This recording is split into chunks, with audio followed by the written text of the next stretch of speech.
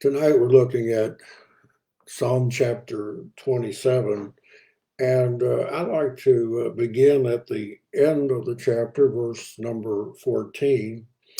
I believe that David is facing a number of formidable foes, and especially two very challenging emotions. If you look in verse 14, David says, "Wait on the Lord, be of good courage," and we'll look why that imperative is needed in just a moment, "and he shall strengthen thy heart." And then again, he emphasized, "Wait, I say, on the Lord." Now, most of us have a problem with waiting. And because we're unwilling to wait, we fail to understand the value of waiting and the lessons that it teaches. I'm not going to take a lot of time on that problem, although I think at some time we ought to develop it further. But just to say this, that waiting, of course, is an act of faith. I'm not going to wait on somebody that's never going to show up or somebody that's unreliable. And we see the ill effect of the lack of waiting in the life of Saul. But there are a lot of lessons that we ought to learn. Why should I wait till marriage? What is the right time? And so forth. The other thing, too, that I'll just mention, and then we'll move on, is that not only am I not going to wait for somebody that's unreliable, and it makes me think about, so oftentimes you see a phrase in the Bible about calling upon the name of the Lord, and that little preposition upon or epi refers that you can lean on or trust in. You don't lean on something that's unreliable, that you cannot depend upon. But the other thing too is that not only waiting for somebody that we can trust. If they say they're going to be there, then you'll wait for that. But if sometimes we want to wait for something to happen, and if we don't think that's going to happen, or we don't believe that is going to happen, then we fail there also. So there's some challenges, I believe, and if we're honest, this whole business about just waiting and waiting for the right time, and when the Lord will use the appropriate time and place to fulfill His word. So that's one of the problems. Of course, the other imperative that he mentions in this last verse about we need to have good courage because it was greatly needed because of fear.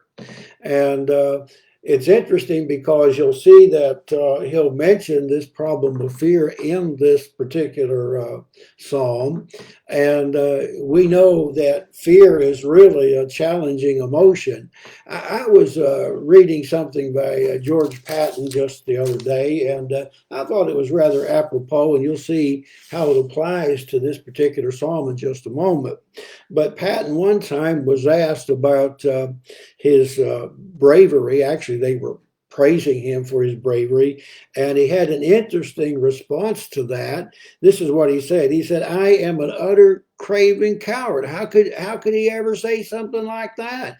He said, "I am an utter craven coward. I've never been in the sound of a gunshot or in the sight of a battle in my whole life that I didn't have sweat on my palms of my hand." Now, if that's all he said, then, but I want you to see what he said further. He said, "I learned early in life never to give in to the counsel of my fears." In other words, I didn't take the advice of my fears. Now, David faced a lot of fears in life. And I don't know anybody that was in more life and death struggles in all the Bible than David. I mean, even when he was on the shepherd's field, he faced a bear and then a lion, and then he faces a 9'5" giant. And he's fighting all the time battles with the Philistines and other enemies. And so David was oftentimes in a crisis. And I don't think most people are ever in a crisis quite like that. But David faced a number of different foes. And what I want you to see, the reason I bring that up, what I want you to see, there's sort of a movement in the psalm from fear to faith, from faith to fear, from confidence to doubt. And the reason I say that is because it's the reality.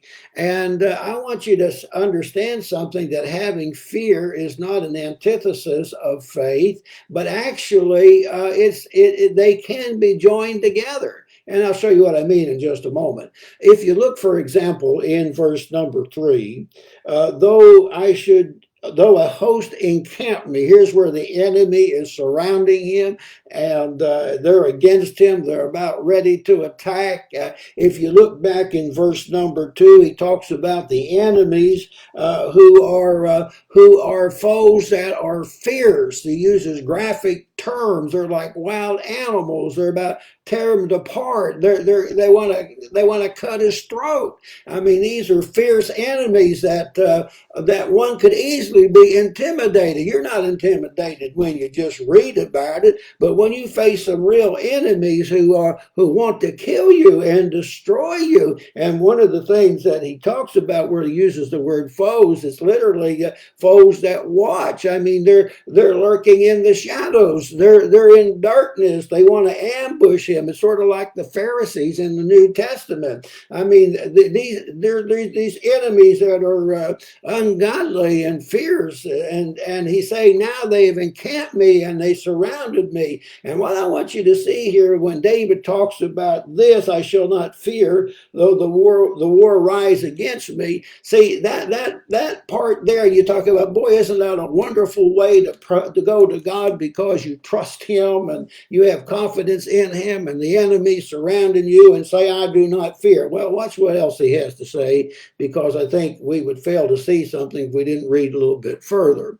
If you go down, for example, in verse number 7, he'll say, hear, O Lord, when I cry with my voice, have mercy on me. He wants God to answer him. He has great concern that God may not answer him. Why do you say that? Notice verse number 9. Hide not your face far from me. See, he has let's say an anxiety, if you want to call that. Here there's fear, I won't fear, and then there is some worry and concern, and he's asking God, don't turn your face away from me. Let me hold on there for just a moment, because I have been saying in the Psalms, and we ought to be learning a lot about prayer. And one of the things you see in David's prayer is the reality of his prayers. And he pours out his emotions, though they might sound unpleasant, but he poured out his emotions to God. You remember one time I said, when the complaint is wrong, when it's turned against God, those folks out in the wilderness complained against God, but when David had complaints, he turned to God. There's a big difference there. And so here's what you have. David says, hide not your face from me. Now, if God hides his face from you, that's not a good thing, guys. He's not going to help you. And then he goes on, put not thy servant away in anger. You see how he's gone to God? He's saying, God, don't answer me. Please answer me according to your mercy, and don't hide your face from me. Why does he say all that? Notice too, he'll say, thou hast been my help, leave me not. Neither forsake me, the God of my salvation. Do you see something here that's oscillating? I just want to try to get you to think about being honest in prayer and expressing your emotions. And you may not, I don't think we ought to have just pious pablum in prayer and say the right words that sound good. But I think we need to be honest with God. He knows anyhow. If you need to go to God and say, God, I have some doubts. Well, I'm saying it's not a paradox. You remember where the fellow said to Jesus, I believe, but help my unbelief. Say, here's a believer, and yet he's honest with God. There's certain things about that whole situation where that was marked with unbelief and faith at the same time. And so you can have what I'm trying to say, I suppose, is fear does not prelude or preclude faith. And that's what you're seeing here. David is honest, and sometimes you see he just pours out his heart. It might be anger, it might be doubt, it might be about anything. And I'm just suggesting to you tonight that when you pray to God and get into that closet alone with God, and that's the time, you see, that we need to spend with God. I talked a little bit about the morning about having a closet time and being alone with God, and that was evident in the secret life of David, and that ought to be true of us also. So what we're learning here is that you can pour out your heart, and there's an element of confidence, and yet there's some doubt, and there's faith, and yet there's some anxiety there. And I think that's all we have to do is just be honest with God, and that's the only way to do it. Now, let's begin in verse 1 because we only have a few moments tonight together, but it's an interesting psalm. And by the way, this psalm is read by a certain sect of the Jews for 52 days, rather, and it's read 100 times, morning and night. And that's kind of a interesting little tidbit, I guess. Now, he begins by saying, "The Lord is my light," and of course, there, light, of course, exposes darkness. And I think in the psalm, what you're seeing is that it exposes not only the darkness, but the trouble that David is facing and how to get through it. It's one thing to know you've got trouble, but it's quite another thing on how you get through it. That's why he'll talk about down in, a little further down in verse 11 about, "Lord, teach me thy way," see, and you need that illumination and how to deal with the enemy, and lead me on the plain path, or that's the same word in the previous chapter about being on level ground and solid ground, you see, and that's what you want to be when you're facing the enemy. You don't want to trip up and slide, do you? So he's saying, "The Lord is my light and my salvation," and think about it for a moment.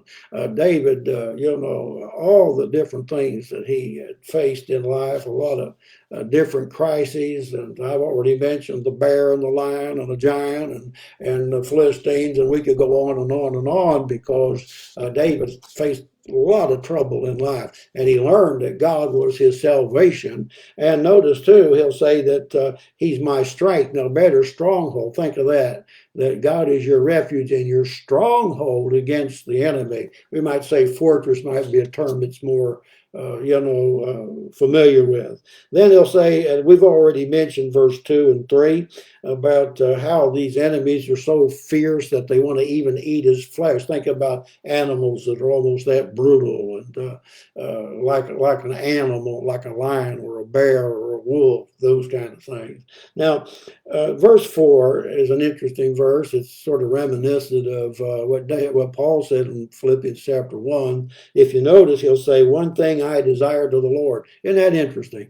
What is the one thing that you desire of the Lord? And if you desire this one thing that David did, it will influence your life like it influenced his. And so he said, "This one thing I desire to the Lord that I will seek after, that I may dwell in the house of the Lord all the days of my life, to behold the beauty of the Lord." Now, again, as it was mentioned in the previous psalm, but just let me mention this in case you missed that. He's not enamored with a structure of the house of the Lord. What is attractive and what draws him to that is God himself, to behold the wonder and beauty of the Lord and the glory of God. So that's the attraction. I wonder if that attracts very many people today to get them to go to church and to worship the Lord, because it's important that it does. We ought not to forget that we gather together to worship God and to behold him. And that's the important thing to remember.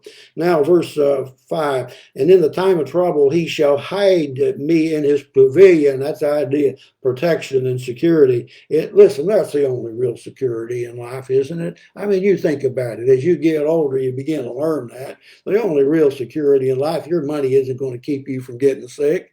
And living in this country isn't going to cause you not to face face difficulties in life. I mean, we're living in troubled times. You can read that in the media every day. And so the only real security in life really is God. And that's the security that we ought to be seeking. He's the only one who can actually protect us and secure us forever. Notice verse 6. Now my head is lifted up. Of course, contrasted is if a person doesn't lift up his head, if he has it down, it's usually guilt or shame. But here he's talking about the Lord lifting up his head. Of course, James 4:6 talks about if you humble yourself, he'll exalt you. That's the verse sometimes we ought to remember also. Verse number 7, he says, hear, O Lord, when I cry. We already mentioned this. I'm thinking about how do you pray like that? How about praying to the Lord and say, God, you know I'm struggling with this and there's some problems I'm facing and I need your help and please have mercy on me. Well, a way to introduce a prayer to God, isn't it? Now, again, and let's just jump down because we've already mentioned a couple of these verses. Go down to verse number 12, and he'll say, deliver me not over unto the will of mine enemies. Of course, again, he's praying to God that not only protect him, but don't deliver him over to his enemies. You know what they do to him. For false witnesses have risen up against me. We mentioned that again earlier in the previous psalm because false witnesses can be very destructive in life. They can ruin your life, ruin your reputation. They can just do so much harm. What a bunch of scoundrels that are liars and slanderers and people who do those kind of things. And we're seeing more and more of that all the time. What a just a distasteful and unfortunate kind of circumstance where we're seeing that almost in every media and so many different people. That's just a terrible, terrible thing. Now, verse number 13 is a good verse to remember. I had fainted and grown weary. And, even waiting sometimes can be very weary. He'll talk about that in Psalm 69, how waiting was a weary thing to do, and it is. But if he said I had fainted, I would have fainted rather, unless I had believed. You see how important it is. I mean, all the way through the Psalms, you'll see an emphasis here, how much David trusted in the Lord, even when he had fear, even when he had doubt, even when he was in a crisis. David trusted, had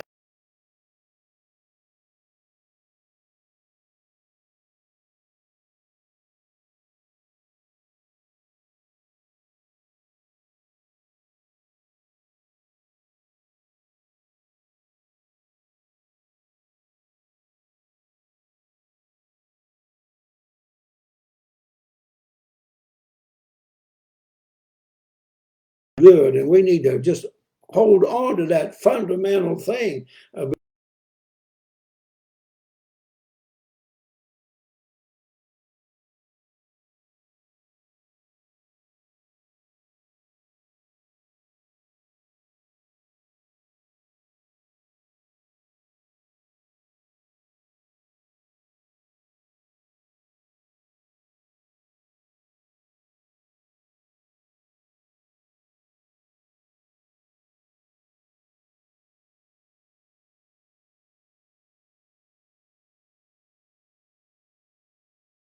Then the emphasis of what, or the importance of that verse, wait on the Lord. We need to do that. We need to wait on the Lord.